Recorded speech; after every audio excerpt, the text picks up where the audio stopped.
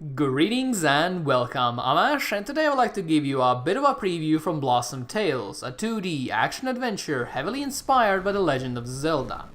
As you might expect given its influence, Blossom Tales features numerous dungeons to delve, a variety of monsters to defeat through either sword or sorcery, and naturally a whole bunch of puzzles to solve via the generous application of bombs.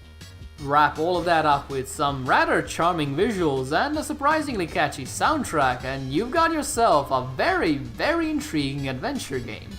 Now before you get too excited however, allow me to just say that Blossom Tales is still under heavy development and as such isn't expected to arrive before 2017. On the positive side, I recently got a preview copy to try out, and so I would love to give you a glimpse of what Blossom Tale is all about, what it does well, and what areas still need improvement. So without any further delays, let's jump in and see what works. Given that I've compared Blossom Tales to Zelda, perhaps one of the most influential games of all time, it would probably be wise for me to start by explaining why this is so. I mean, how similar could these two games really be? Well, let's just say that if you replace the visuals and the music, you could easily fool people into thinking that Blossom Tales is Nintendo's return to a Link to the Past style of Zelda games. They really are just that similar in spirit. They both feature a young hero that fights primarily through the use of a sword and shield combo, and they even have exactly the same special items, bows, bombs, shovels, etc., which can be used in combat or for puzzle solving. And speaking of combat, the mechanics are almost exactly the same as Zelda's, though Blossom Tales does take the concept a lot further by introducing slightly more complicated enemies and puzzles. But perhaps the most telling comparison is that your character even has the same sort of desire for wanton destruction of private property, as well as an incessant need to destroy any and all pottery. While some people might argue that this sort of homage is a bad thing because it's quote-unquote ripping off Zelda, I would argue it's actually quite the opposite. Blossom Tales borrows heavily from Zelda, that is completely true, but it really isn't a straight-up copy.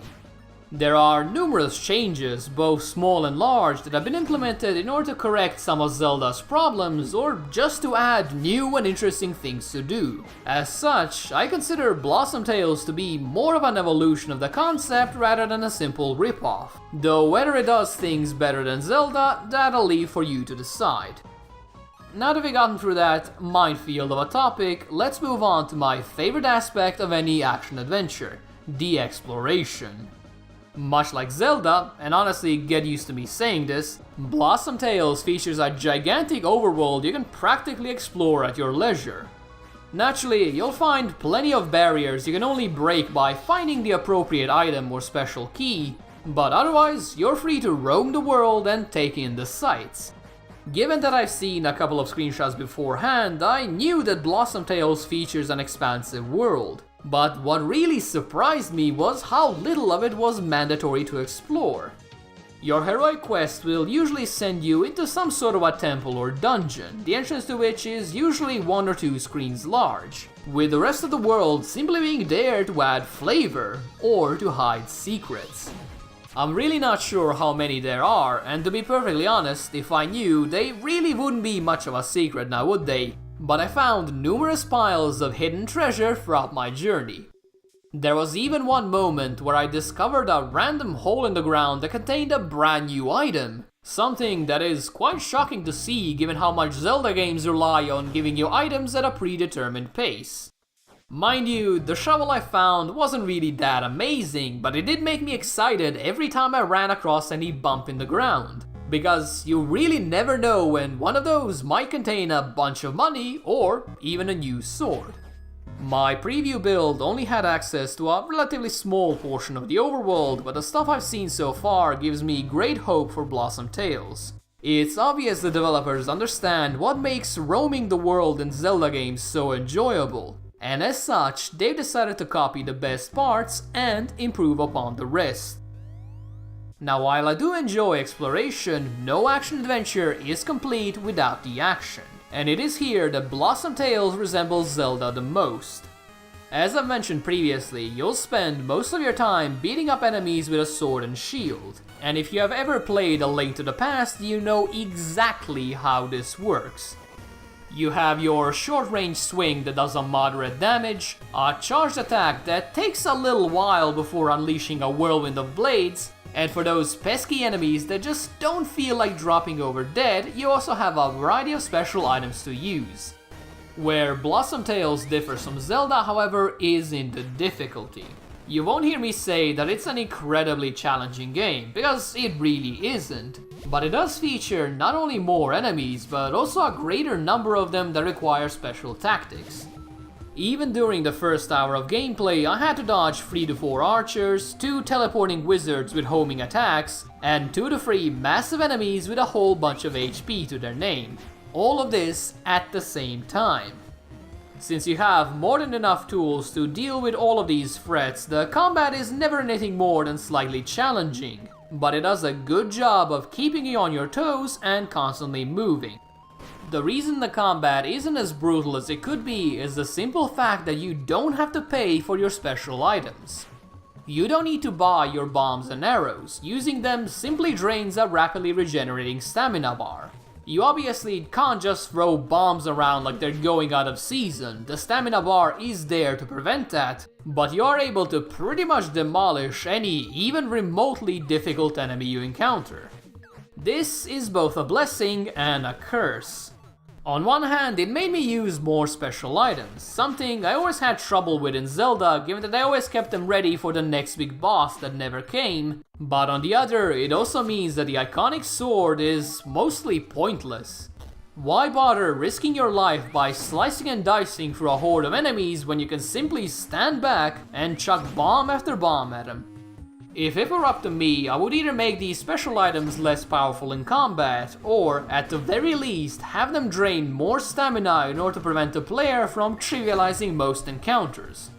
While it might seem like a simple solution to just make these special items require you to actually purchase them before usage, that little change would invalidate both of the dungeons I've had a chance to visit so far.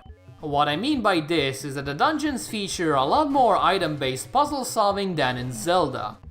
I remember one room in specific where I needed to hit 4 switches at the same time, an act that requires both good bomb timing and aim, as well as a lot of practice, which would be nearly impossible with Zelda's system. And honestly, that would be a massive shame given that some of these puzzles are perfectly enjoyable, even though the ones shown so far are somewhat on the simple side. Outside of these specific examples, the dungeons in Blossom Tales are once again quite similar to Zelda's. They are all fairly lengthy and require you to prove every single one of your skills before you can proceed to the boss. And as you might expect, they always award you with a new item with which you can solve previously inaccessible puzzles. It is an extremely simple system, and one that has been proven to work time and time again throughout the years, so I am happy to say that its implementation in Blossom Tales is just as good. The only aspect I would consider weak, and this is a complaint I have with Zelda as well, is that the early bosses are a complete cakewalk. Their attacks are so predictable and so slow that getting hit is highly unlikely, but even if you do get hit, they will only chop off half of a heart, essentially giving you the ability to mess up as many times as you want without actually being punished. You could argue that this is okay because they're all pretty much early game bosses, but the problem here is that they are actually weaker than some of the arenas that precede them.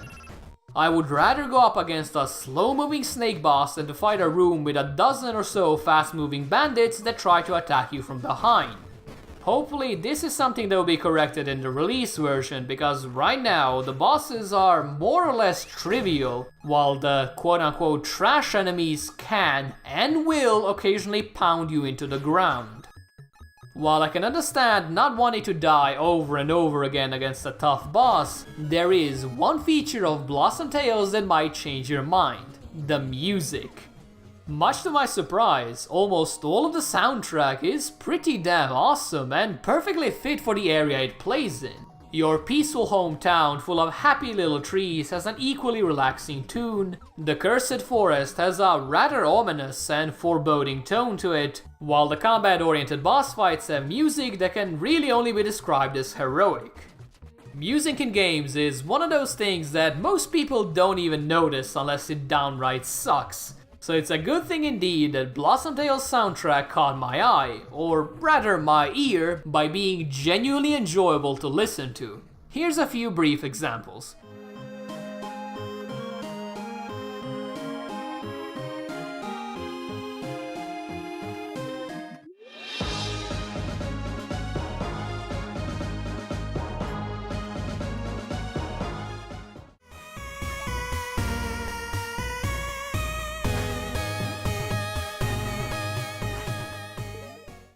And while I'm on the topic of the presentation, it's probably worth mentioning that Blossom Tales features a whole bunch of charming pixel art.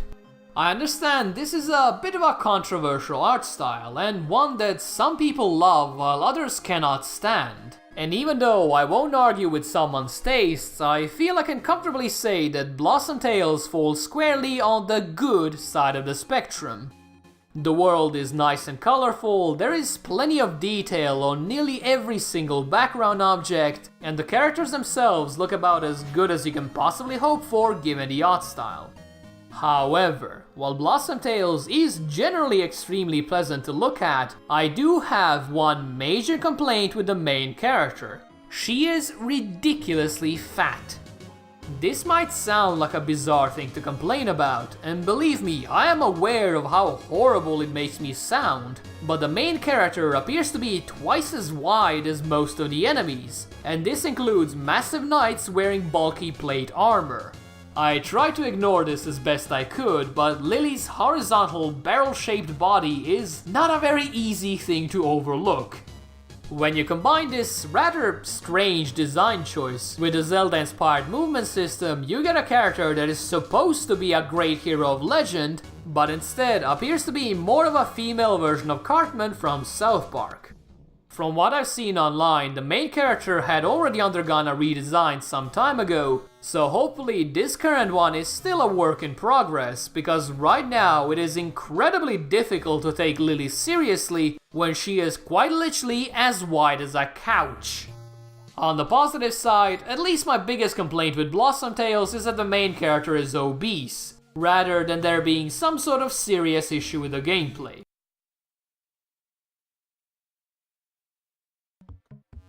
Blossom Tales is still under heavy development, but from this preview build alone, it is obvious to me that it has a ton of potential. If the developers manage to fix all of the issues and address some of the balance concerns, I could easily see Blossom Tales becoming something far greater than a simple Zelda clone. They've already done most of the hard work, so chances are high that they will manage to do just that.